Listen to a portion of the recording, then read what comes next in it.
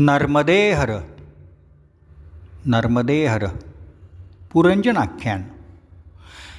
राजा प्राचीन बरीचं चित्त कर्मकांडात अत्यंत रममाण झालेलं बघून परमदयाळू नारद तिथं आले आणि त्यांनी राजाला विचारलं, हे राजन, तू यज्ञामध्ये निर्दयपणे हजारो पशूंना मारून या कर्मानं आपलं कोणतं कल्याण करून घेऊ इच्छितोस? कारण दुःखाचा आत्यंतिक नाश आणि परमानंदांची प्राप्ती याचं नाव कल्याण आहे, ते तर कर्मामुळं होत नाही. तेव्हा प्राचीनबरी म्हणाला, हे भगवान, मला कर्माचा उपदेश करणाऱ्या आचार्याने जे सांगितलं तेच मी करीत आहे. मला परमकल्याणाबद्दल काहीही कल्पना नाही. कृपया मला विशुद्ध ज्ञानाचा उपदेश करावा, ज्यामुळं मी या कर्मबंधनातून सुटू शकेन. आपलंसुद्धा असंच होतं की नाही, जे काही करतो त्याची नीट माहिती आपल्याला नसते. कुणीतरी सांगितलं म्हणून करतो, पण ते योग्य आहे का अयोग्य आहे याचा विचार आपण करत नाही. नारद म्हणतात, राजन, जरा वर बघ. तू ज्या पशूंना निर्दयपणे मारलेस ते सर्व तुझा बदला तुझ्यावर सूड घेण्यासाठी तुझी वाट बघत आहेत. यासंबंधी मी तुला एक प्राचीन कथा सांगतो. भागवतकार सांगतात की ही काल्पनिक कथा आहे, लाक्षणिक कथा आहे. पूर्वी पुरंजन नावाचा एक कीर्तिमान राजा होऊन गेला. त्याचा अविज्ञात नावाचा मित्र होता. अविज्ञातची करणी कुणीही जाणू शकत नव्हते. आपल्याला राहण्याकरता, भोगण्याकरता पुरंजन योग्य असं नगर शोधत शोधत हिमालयाच्या दक्षिण शिखरावर पोचला. तिथं त्याला एक अत्यंत संपन्न असलेलं 9 दरवाजे असलेलं नगर दिसलं. योगायोगानं तिथं एक सुंदरीही त्याला दिसली. त्या सुंदरीसह तिचे 10 सेवक होते आणि त्या सुंदरीचं रक्षण करणारा एक 5 फण्याचा नाग तिच्याबरोबर होता. त्या सुंदरीच्या सौंदर्यानं प्रभावित होऊन पुरंजन तिला विचारतो, तू कोण? कुणाची कन्या आहेस? कुठून आलीस हे मला सांग. बहुतेक तू योग्य पतीच्या शोधात आहेस ना? तुला पाहून मी घायाळ झालो आहे. कामदेव मला पीडा देत आहे, तेव्हा तू माझ्यावर कृपा कर. पुरंजननी अधीरपणानं केलेली प्रार्थना ऐकून ती किशोरी सुंदरी राजावर मोहित झाली आणि म्हणाली, हे नरश्रेष्ठा, आज आपण या नगरामध्ये आहोत एवढंच मी जाणते. आपलं गोत्र, माता पिता, नावसुद्धा मी जाणत नाही. हे पुरुष स्त्रिया माझे मित्रमैत्रिणी आहेत आणि हा सर्प या नगरीचे रक्षण करणारा आहे. हे प्रभू, आपण या 9 दार असलेल्या संपन्न नगरीत राहून माझा शेकडो वर्षे उपभोग घ्यावा. हे ऐकून पुरंजनने त्या सुंदरीचा स्वीकार केला, तिच्याशी विवाह केला आणि 9 दारे असलेल्या नगरीतच तो राहिला. आपलं कल्याण करणाऱ्या गृहस्थाश्रमात राहून पुरंजनने शेकडो वर्षे आनंद उपभोगला. त्याला अनेक मुलंही झाली. पुरंजन डोळे असणाऱ्या प्रजेचा राजा असूनही 2 आंधळ्यांच्या मदतीनं सगळीकडं जायचं आणि सर्व कामे करायचं. कामाच्या अधीन झाल्यामुळं राणीला आनंदी ठेवण्याकरता राणी जे जे करत असे तेच पुरंजनसुद्धा करत असे. राणी हसली की तो हसायचा, राणी रडली की रडायचा, ती बोलली की बोलायचा, ती खायला लागली की खायचा, प्यायला लागली की प्यायचा, ऐकायला लागली की ऐकायचा, काही हुंगायला लागली फुलं तर तो ते फुल हुंगायचा.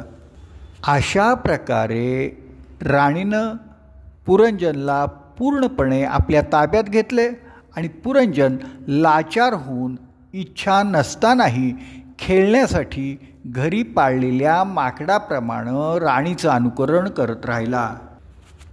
एकदा पुरंजन शिकारीच्या नादाने राणीला न विचारता धनुष्यबाण घेऊन शिकारीला गेला.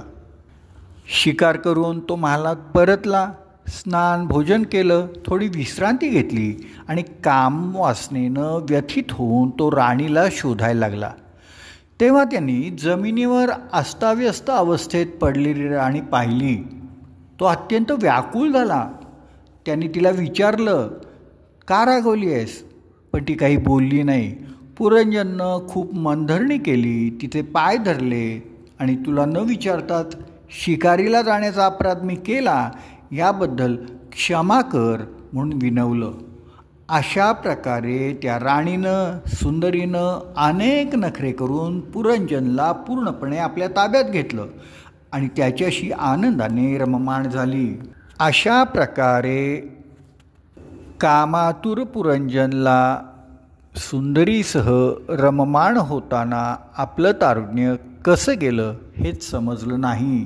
पुरंजन आयुष्यभर आत्म्याचं कल्याण करणाऱ्या कर्माबद्दल बेफिकीर राहिला आणि शेवटी स्त्रीलंपट पुरुषांना अप्रिय वाटणारा वृद्धावस्थेचा काळ आला. एकदा अचानक चंडवेग नावाच्या गंधर्व राजनं आपल्या अत्यंत बलवान अशा 360 गंधर्व पुरुष आणि 360 गंधर्व स्त्रियांसह पुरंजनाच्या नगरीवर हल्ला केला आणि पुरंजन नगरी लुटायला सुरुवात केली.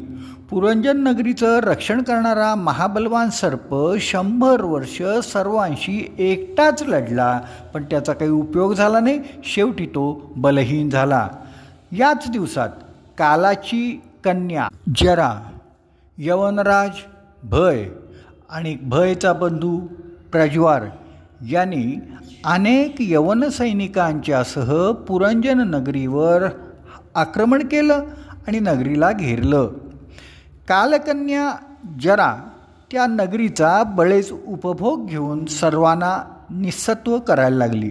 त्यावेळी यवन म्हणजे रोग सुद्धा सर्व बाजूनी निरनिराळ्या दारातून आत घुसून नगरीचा विध्वंस करू लागले. पुरंजनला कालकन्या जरानं आलिंगन दिल्यामुळं तो दीन झाला, विकलांग झाला. तेव्हा पुरंजनला जाणवलं की मुलगे, नातू, सेवक आपला अनादर करू लागले आहेत. पत्नीचं प्रेमही आटलेलं आहे. या संकटातून बाहेर पडण्याचा मार्ग त्याला काही दिसेना. तोपर्यंत गंधर्व, यवन आणि कालकन्येने पुरंजन नगरीची पूर्ण दुर्दशा केली. ही नगरी सोडायची इच्छा नसताना सुद्धा पुरंजनला ती नगरी सोडण्याची तयारी करायला लागली. तेवढ्यात प्रज्वारनं ती सर्व नगरी पेटून दिली. मी परलोकात गेल्यावर माझ्या पत्नीचं काय होईल या चिंतेनं ग्रस्त असतानाच यवन लोकांनी पुरंजनला ओढून नेलं. पण एवढी दुर्दशा होऊन सुद्धा पुरंजनला जुना मित्र अविज्ञाची आठवण झाली नाही. पुरंजन मनात अंतिम समयी स्त्रीचा, सुंदरीचाच विचार करत होता. म्हणून पुढील जन्मात विदर्भ राजाच्या घरी सुंदर कन्येच्या रूपानं तो जन्मला. तिचा विवाह पांड्य नरेश मलयध्वजसह झाला. एकदा अरण्यामध्ये मलयध्वजचे पाय चेपताना तिला जाणवलं की पाय एकदम थंड झालेले आहेत. तेव्हा अत्यंत शोकानं ती रडायला लागली. नंतर पतीची चिता पेटून पतीसोबत सती जाण्याचा तिनं निश्चय केला. तेव्हा तिचा पूर्वीचा मित्र असलेला आत्मज्ञानी ब्राह्मण तिथं आला आणि म्हणाला, तू कोण आहेस? कुणाची मुलगी आहेस? हा मेलेला पुरुष कोण आहे? तू मला ओळखतेस का नाही? आपण पूर्वी एकत्र विहार करणारे मित्र होतो. तो मी अविज्ञात आहे. तू भोग भोगण्यासाठी नगरीच्या शोधात पृथ्वीवर आला होतास. तू त्या सुंदरीच्या स्वरूपात अडकलास आणि मला विसरलास. तसंच स्वतःच्याही स्वरूपाला तू विसरलास. मी तुझी खूप वाट बघितली, पण तू आलाच नाहीस. तू विदर्भ राजाची कन्या नाहीस, मलयध्वजची पत्नी नाहीस, या सुंदरीचा पतीही नाहीस. तू पहिल्या जन्मात आपल्याला पुरुष मानत होतास, आता स्त्री समजतोस. पण ही सर्व मी पसरलेली माया आहे. वास्तविक तू पुरुषही नाहीस, स्त्रीही नाहीस. आपण दोघं हंस होतो. आपले जे वास्तविक स्वरूप आहे त्याचा अनुभव घे. अरे मित्रा, मी जो ईश्वर आहे तोच तू जीव आहेस. तू आणि मी वेगळे नाही. तूच मी आहे असं तू जाण. ज्ञानीपुरुष आपल्या दोघांच्यात किंचितही अंतर जाणत नाहीत. अशा प्रकारे हंसाने म्हणजे ईश्वराने त्याला सावध केले. तेव्हा तो मानसहंस मनोपाधिक जीव आपल्या स्वरूपात स्थिर झाला. त्याला ज्ञानाची पुन्हा आठवण झाली. हे प्राचीनभरी राजा, मी तुला परोक्ष रूपानं म्हणजेच रूपकानं या आत्मज्ञानाची दिशा दाखवली आहे. कारण जगदीश्वराला अप्रत्यक्ष वर्णनच अधिक प्रिय असतं. असं हे भागवतातील चतुर्थ स्कंदामधील पुरंजन आख्यान अत्यंत महत्त्वाचं आहे. नर्मदे हर, नर्मदे हर.